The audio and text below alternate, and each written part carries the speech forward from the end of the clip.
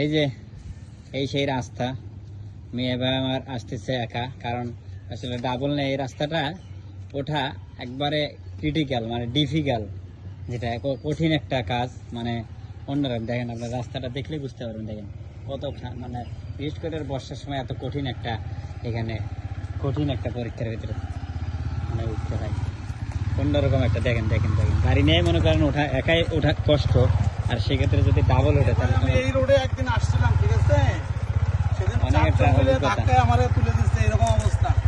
মানে বর্ষাকালে এখানে এমন খারাপ অবস্থা। এই উঠতে সময় এখন দিকে এসো, কই মোবাইল নিয়ে থাকো। এই যে এই মিয়া ভাইয়ের কাছে একটা অভিজ্ঞতা শেয়ার করতেছে। মিয়া ভাই এই রাস্তাটায় ওঠা কেমন? এই যে একটা সামনে হলো, এই জায়গাটা হলো পাকা রোড, এই সামনে এখানে পাকা, হচ্ছে বাড়িঘর কম, মানে 3-4টা বাড়িঘর জন্য এই রাস্তাটা কেউ আর চোখে দেখে না।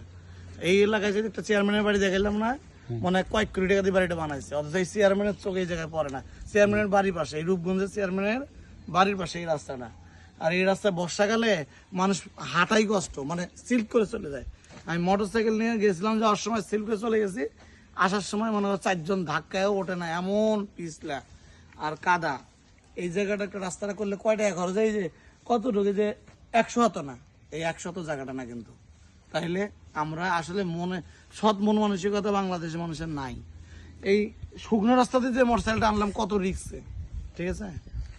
যাই হোক, আমি আগামী চেয়ারম্যান যারা এখানে রূপগঞ্জে এখানে হবে, জিন্দা পার্কের এদিকে, আমি আশা করবো যেমন এই রাস্তাটা করে, এই গরিব মানুষগুলা ওনাদের ঘর বাড়ি সব মাটির দেয়ালে, কিছুটা হলো কষ্টটা মানে থেকে এত কষ্টে তারা এমনি জীবনযাপন কষ্ট, যাতায়াতের যে রাস্তাটা সেটাও কষ্টের।